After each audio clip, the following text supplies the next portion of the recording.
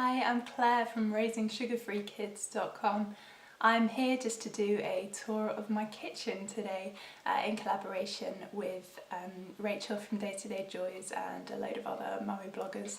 I'm just going to give you a short 10-minute tour. I think it's called a peek inside my kitchen, so that's exactly what I'm going to try and do, show you how our low sugar kitchen is organised, what we've got in, what we've got that may not surprise you, what we've got that may surprise you, and how it's been reshuffled lately, because I can promise you that it is never this organised as it is right now. In a couple of months it'll be chaos again, but I've just done a reshuffle a few days ago, so it's looking, well, I'm pretty happy with it at the moment. But I really hope that you'll enjoy the experience and get to know me and my house and my family a little bit better. Welcome to the kitchen.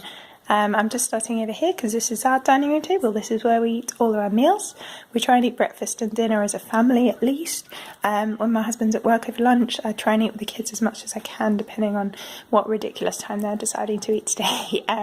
So it kind of varies, but we try and at least have breakfast and dinner together. As you might notice, my husband and I have a tendency to, to start projects we're very excited about and then not really follow through. So there was a breakfast bar there, and then if we come in here in the kitchen, we've got this butcher's block, which we found for about £20, I think it was, at a second-hand shop, and it was just really lovely. We've really liked it, my husband and I, and it's just so handy for, we've got these little baskets to keep things like sweet potatoes, onions. I mean, it's near the end of the week, so we don't have much at the moment, but just like vegetables and stuff that we needed space for.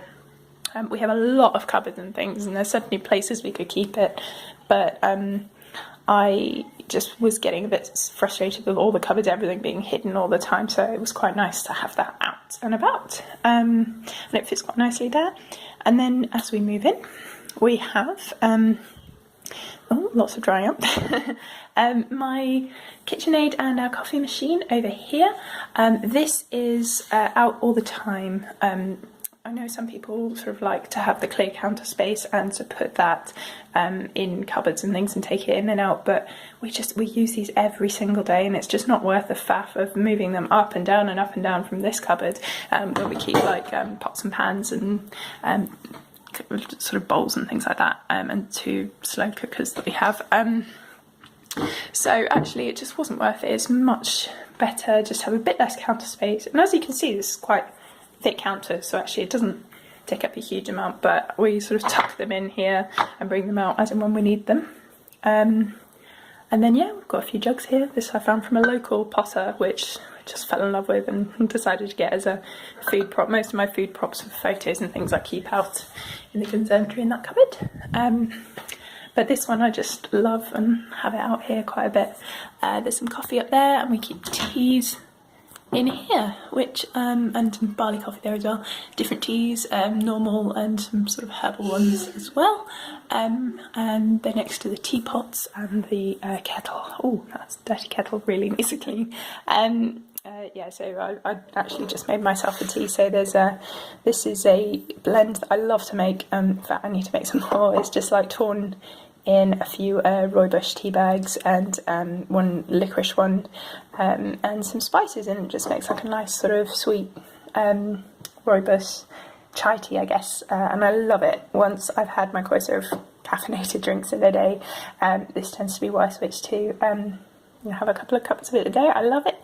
And then yeah, whole milk, which should probably be in the fridge. We stick to whole milk as much as we can. It's just, it fills you up more, it's just got more vitamins, it's generally better, so we stick to that. Oh yeah, that should be away as well. That's we try to stick to vinegar as a cleaner most of the time, vinegar and bicarb. We tried to cut back on a lot of the chemicals in our house a couple of years ago, and actually this does the job. It cleans pretty much everything we need it for. We have a couple of chemical things, sort of bleaches and stuff for more heavy duty cleaning for a couple of bits, but for the most part we try and stick with this. It works well for us. As you can see, I've been having a nibble of, I love this stuff. It's you can get it in Sainsbury's, and it's just their own stuff. It's not very expensive, and it's fair trade, and it's just 85% dark chocolate. I love it. It's comes in 5 little individually wrapped 25-gram bars, and each one only has a couple of grams of chocolate, so maybe like half a teaspoon or just over in one of those entire packets. So actually, like, you can pull one of those out to share with my husband, and the kids have some sometimes. It's just, you know, low sugar house doesn't mean you can't have chocolate and can't enjoy these things. Mishmash mugs up there, I love these. Found them on True and absolutely adore them, and I'd switch all of our mugs to these if I could, or similar ones. But yeah, bit at a time. What else do we have down here? Here we keep our sort of breakfast bar things. We spin around.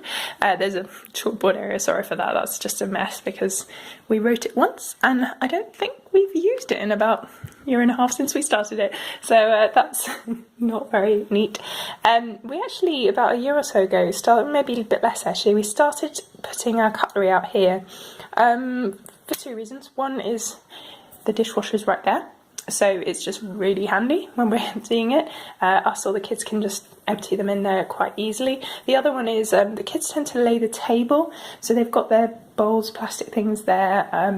My older daughter, she's just over 3, she can do some of the more breakable things with better help. It also means they can reach these, which is just so much easier for them to put out, and they can sort of select stuff carefully and put it on there. We keep breakfast stuff here as well, the few sugar-free cereals you can actually find.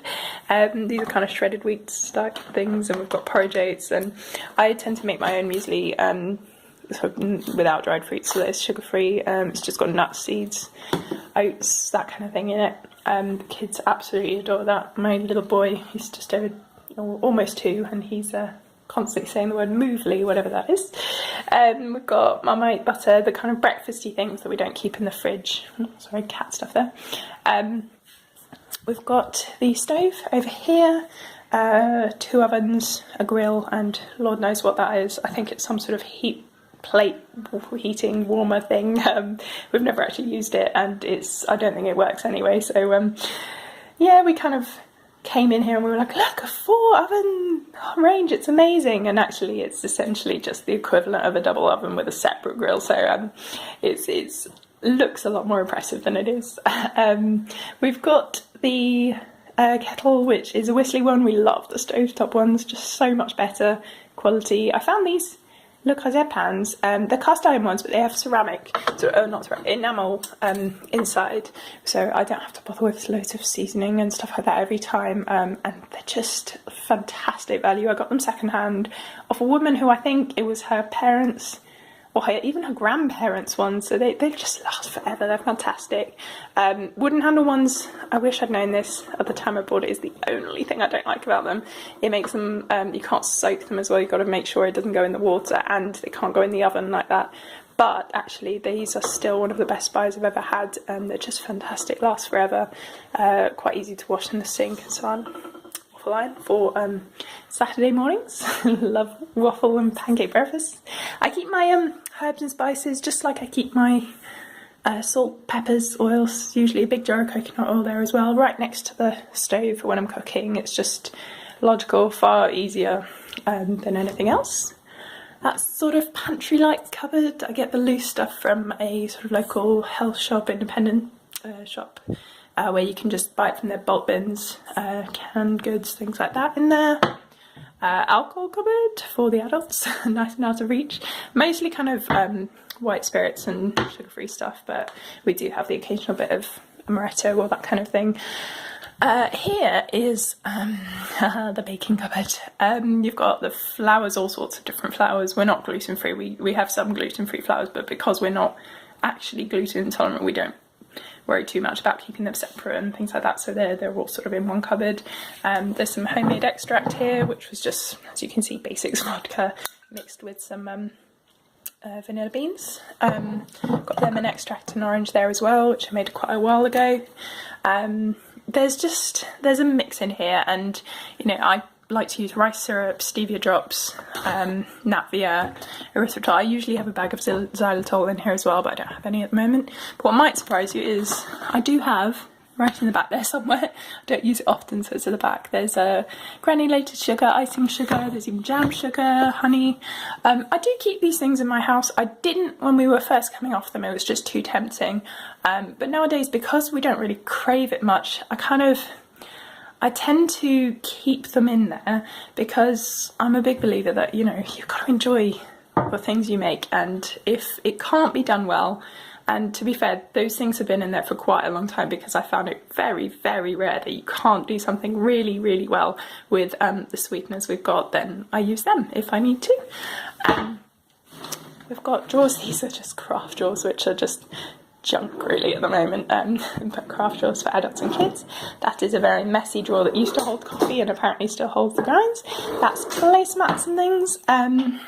And yeah, recipe folder that I arrange them seasonally so I can meal plan more efficiently. You can see more on my website on raisingsugarfreekids.com. I have a book on how I do that. And yeah, we just keep some fruit, veg, that kind of thing out here. These are actually from our garden. Been growing them this year, my daughter and I, and it's been really, really successful this year. And then we've got more drawers. Just tea towels. I bought these a while ago because we get through a lot of baking paper and it just didn't feel right to constantly throw it away, so I bought some silicone mats, which are just lifesavers. They're amazing. Got the cutlery, obviously you saw elsewhere, but we've got our knives and things like that over here. Baking drawer in here with all sorts of baking and chopping boards and stuff. Tupperwares down here, and in here we have some more roasting trays and bulk buys like sort of creamed coconut and wheat gluten and millet and things like that, and black beans at the back there. I'm well aware that I'm supposed to be keeping this sort of under 10 minutes, so I think I'll just finish up in a minute. But for the most part, I hang out here at raisingsugarfreekids.com. You can also find me on Facebook and Instagram, and while I'm developing my YouTube channel, those are the places I tend to be the most. So if you want to find out more about me, do check out the website or come and find me on social media. You can see the links down below, and I hope to see you soon.